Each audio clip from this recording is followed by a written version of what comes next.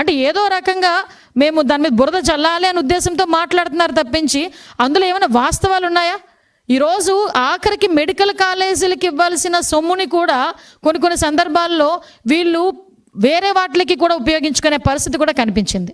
అంటే ఈరోజు వైద్య విద్యని సామాన్య మానవుడికి ఎంత మేరకు దూరం చేయాలో అంత మేరకు కూడా దూరం చేసి ఈరోజు మళ్ళీ మెడికల్ కాలేజీల మీద పీపీపీ విధానంలో వెళ్తూ ఉంటే ఈరోజు ఎన్డీఏ కూటమి మీద ఈరోజు బురద చెల్లుతున్నారు.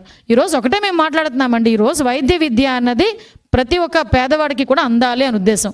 ముఖ్యంగా వైద్య విద్య గనక పెరిగితే, వైద్య ప్రమాణాలు పెరిగితే జీవన ప్రమాణాలు మెరుగుపడతాయని నమ్మిన సిద్ధాంతాన్ని నమ్మిన వ్యక్తిగా ఈరోజు గౌరవ ముఖ్యమంత్రి గారు కానీ గౌరవ ఉప ముఖ్యమంత్రి గారు కానీ లోకేష్ బాబు గారు కానీ ప్రత్యేకంగా దీని మీద దృష్టి పెట్టి సెంట్రల్ గవర్నమెంట్ కూడా సహాయ సహకారాలతో ఈరోజు ముందుకెళ్తున్నాం.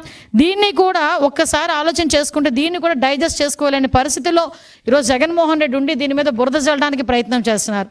అంటే ఈరోజు ఎవరైనా ముందుకు వస్తే, అంటే నిన్న మొన్న చూసాం టెండర్లకు ముందుకు వచ్చినా కూడా ఈయన వార్నింగ్ ఇస్తాడు.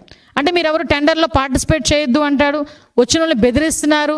అంటే ఓవరాల్గా చెప్పాలంటే ఇక్కడ అభివృద్ధి జరగకూడదు అన్న ఒకే ఒక విషయంలో ఈరోజు ముందుకు తీసుకెళ్లే పరిస్థితి. మళ్ళీ చెప్తున్నా, పీపీపీ విధానం అంటే ప్రైవేటు పరం కాదు, ఇది పబ్లిక్ ప్రైవేట్ పార్ట్నర్షిప్తో నడిచేవి.